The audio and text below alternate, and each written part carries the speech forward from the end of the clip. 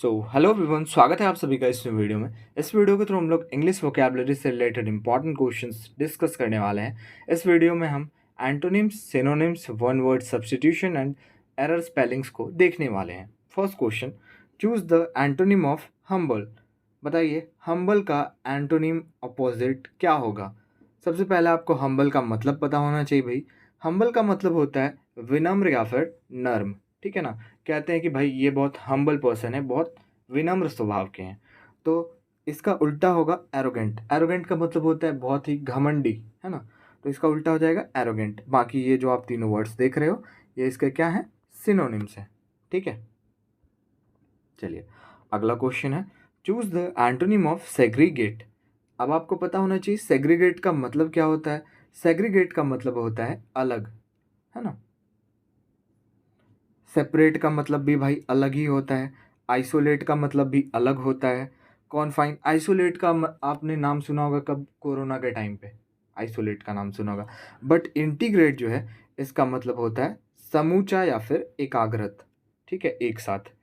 तो अगर आपको इसका पीडीएफ चाहिए तो आपको डिस्क्रिप्शन में टेलीग्राम का लिंक मिल जाएगा, आप ज्वाइन कर सकते हो।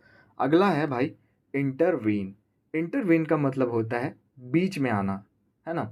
जैसे दो लोग बात कर रहे हैं तो इसमें जैसे यहाँ पे इंडिया है और चाइना है, ये बात कर रहा है तो पाकिस्तान क्या किया भाई, बीच में आके क्या कर दिया, इंटरवेन कर दिया। इस तरीके से आप समझ सकते हो। इंटरवेन का मतलब होता है बीच में आना। तो इसका उल्टा क्या होगा भाई, बताइए। इसका उल्टा होगा अवॉइड। अवॉइड का मतलब होता है किसी भी चीज़ को इग्नोर कर देना, उसको अनदेखा कर देना, है ना। तो अगर इंडिया और चाइना बात कर रहा है तो पाकिस्तान अगर इग्नोर कर दिया, अवॉइड कर दिया, तो ये इसका क्या हो गया, उल्टा हो गया। बाकी इंटरफेयर, मीडिएट एंड इंटरसेड, ये तीनों ही इसके सेम मीनिंग है इंटरवीन के। अगला question, choose the antonym of sphincter. Sphincter का आपको उल्टा बताना है। स्पिंस्टर का मतलब क्या होता है भाई। स्पिंस्टर का मतलब होता है अशुभ या फिर भयावह, डरावना कह सकते हो आप। अशुभ, भयावह, बताइए इसका उल्टा क्या होगा।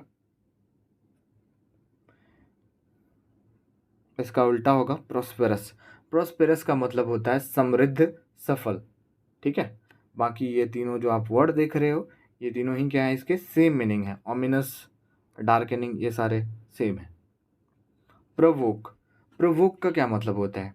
प्रोवोक का मतलब होता है किसी को आप उकसा रहे हो, है ना। कोई सीधा इंसान है तो उसको आप प्रोवोक कर रहे हो कि वो गंदा इंसान बन जाए। तो इससे आप समझ सकते हो प्रोवोक का मतलब होता है उकसाना। तो इसका अपोजिट बता दो भाई। इसका अपोजिट होगा पेसिफाई। पेसिफाई का मतलब होता है किसी भी चीज़ को शांत करना, ओके। चलिए 5 एंटोनिम्स कर लिए हमने, अब 5 सिनोनिम्स करेंगे हम, सेम मीनिंग्स वाले word. Choose the synonym of brittle. Brittle का सेम मीनिंग बताना है आपको। ब्रिटल का मतलब क्या होता है भाई, ब्रिटल का मतलब होता है नाजुक। अब इसका सेम मीनिंग क्या होगा, नाजुक, कमजोर हो गया ना ब्रिटल का मतलब। तो इसका सेम मीनिंग क्या होगा, फ्रेगिल। फ्रेगिल का मतलब होता है कमजोर, ओके। बाकी इलास्टिक, फ्लेक्सिबल एंड प्लाएबल, ये तीनों ही क्या हैं, ब्रिटल के उल्टे शब्द हैं, एंटोनिम्स हैं। बाइंड। बाइंड का आपको choose the synonym of bind. Bind का मतलब होता है बांधना। तो इसका उल्टा बताइए।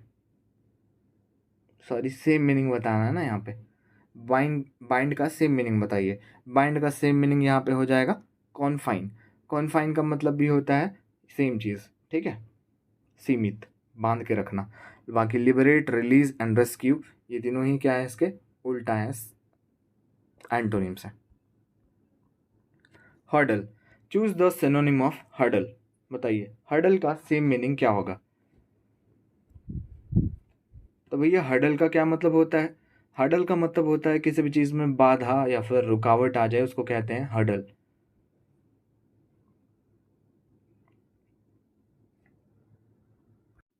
और इसका सेम मीनिंग क्या होगा, बैरियर। अगला है आपका लेबोरियस। लेबोरियस का आपको सेम मीनिंग बताना है। Choose the synonym of laborious. Laborious का मतलब होता है मेहनती।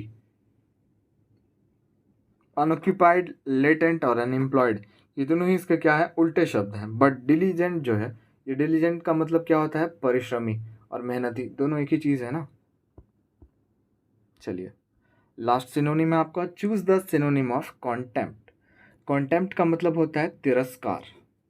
अब इसका सेम मीनिंग क्या होगा बताइए, इसका सेम मीनिंग क्या होगा भाई, इसका सेम मीनिंग हो जाएगा डिसडेन। डिसडेन का मतलब होता है सेम, तिरस्कार। बाकी एडमायरेशन, एक्सेप्टेंस एंड एस्टिमेशन, ये तीनों ही इसके एंटोनिम्स हैं। चलिए अब हम 5 वन वर्ड सब्स्टिट्यूशन करेंगे। Animal who live on both land and water, ऐसे जानवर जो लैंड पे भी रहते हैं, ज़मीन पे भी रहते हैं और पानी पे भी रहते हैं, उसको क्या कहते हैं बताइए। उसको कहते हैं हम क्या, amphibian. A soldier who fights for the shake of money, बताइए ऐसे सैनिक जो पैसों की खातिर लड़ते हैं, उसको क्या कहते हैं। अ soldiers who fight for the shake of money is mercenary. Option number D. One who supervise a student in an examination hall, बताइए एग्जामिनेशन हॉल में जो सुपरवाइज करते हैं स्टूडेंट को, जैसे यहाँ पे आप बेंच पे बैठ के एग्ज़ाम दे रहे हो, यहाँ पे एक टीचर होता है ना जो, जिसको आप कहते हो गार्डिंग करने आ रहा है, आज ये टीचर गार्डिंग करने आ रहा है, तो उसको सुपरवाइज भी बोला जाता है ना। बहुत टाइप के इंग्लिश के वर्ड्स होते हैं, तो बताइए उसको क्या कहते हैं, invigilator. Option number C. Okay. A sound that can not be heard, ऐसा साउंड जो सुनने लायक ना हो, जैसे डीजे का साउंड हो गया या फिर कोई भी साउंड बज रहा है जो आपको बहुत ही ज़्यादा साउंड है तो अच्छा नहीं लगता है कभी कभी सुनने में। A sound that can not be heard, उसको क्या कहते हैं बताइए। उसको कहते हैं हम inaudible. Option number A. And next question, drawing और writing scribbled on a wall in public places, आपने मूवीज़ या फिर रियल लाइफ में भी कहीं ना कहीं देखा होगा कि दीवार पे जो है, मतलब स्प्रे के थ्रू जो पेंटिंग करते हैं ना, उसको क्या कहते हैं, उसको कहते हैं ग्राफिटी। ठीक है, देखा होगा आपने कहीं ना कहीं।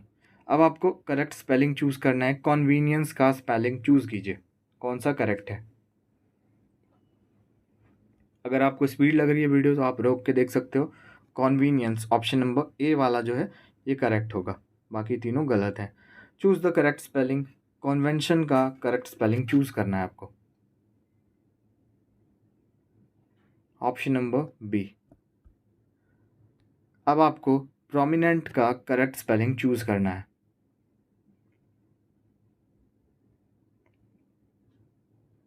Option number D, exhibit.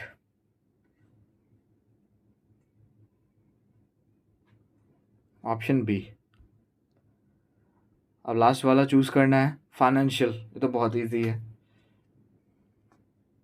ठीक है, तो वीडियो को एंड करते हैं। वीडियो अच्छा लगा और हमारे चैनल पर आप नए हो तो लाइक शेयर एंड सब्सक्राइब जरूर कीजिएगा। मिलते हैं नेक्स्ट वीडियो में।